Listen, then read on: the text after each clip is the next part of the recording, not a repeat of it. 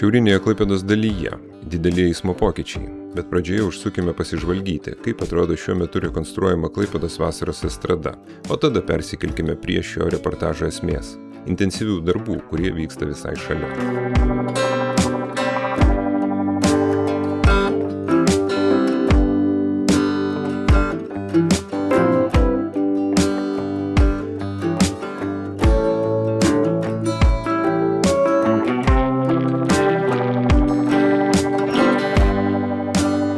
Svarbiame transporto mazge darbai vyksta jau kurį laiką, o dalis ilgai planuotų sprendimų jau tapo realybė.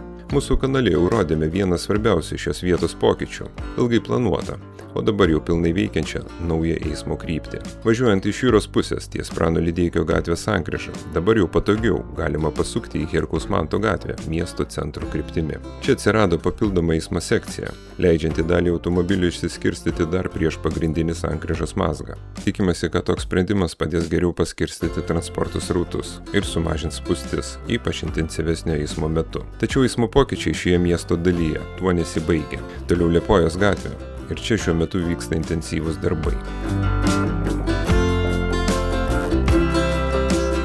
Tvarkoma gatvės danga, keičiami bortai, sutvarkomi šuliniai. Tačiau kartu su senaja asfalto danga iš Liepojos gatvės dingo ir dar visai neseniai čia įrengti greičio mažinimo kalneliai. Šią istoriją mūsų žiūrovai jau turėtų prisiminti. Dar prieš kelis mėnesius Liepojos gatvėje buvo įrengtos iškilusios pėsčiųjų perėjos ir greitį slopinantis kalneliai. Jų tikslas buvo paprastas – priversti vairuotojus sumažinti greitį.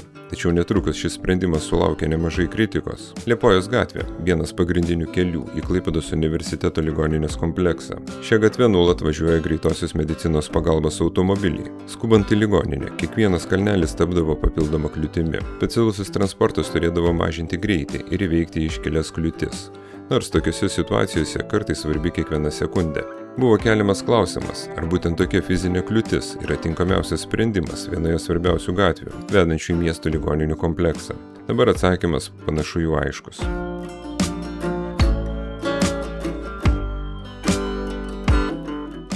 Prasidėjus Liepojos gatvės remontui, kalneliai buvo nugremžti.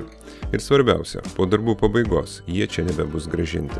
Taigi sprendimas, kuris buvo įgyvendintas visai neseniai, dabar keičiamas iš esmės. Tačiau tai nereiškia, kad greičio kontrolės šioje vietoje nebeliks. Vietoje fizinių kliūčių planuojamos kitos saugumo priemonės. Prie pėsčiųjų perėjų turėtų atsirasti papildomas ženklinimas ir vizualiniai elementai, priverčiantis vairuotojus sumažinti greitį. Taip pat planuojami vairuotojų dėmesį atkreipiantis mirksinti signalai ir geresnis perėjų apšvietimas.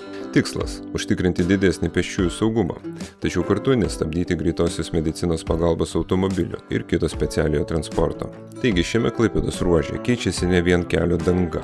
Jau veikia nauja eismo kryptis iš jūros pusės į Herkaus Manto gatvę, o Liepojos gatvėje vedančioje link ligoninių komplekso keičiama ir pati greičio reguliavimo sistema.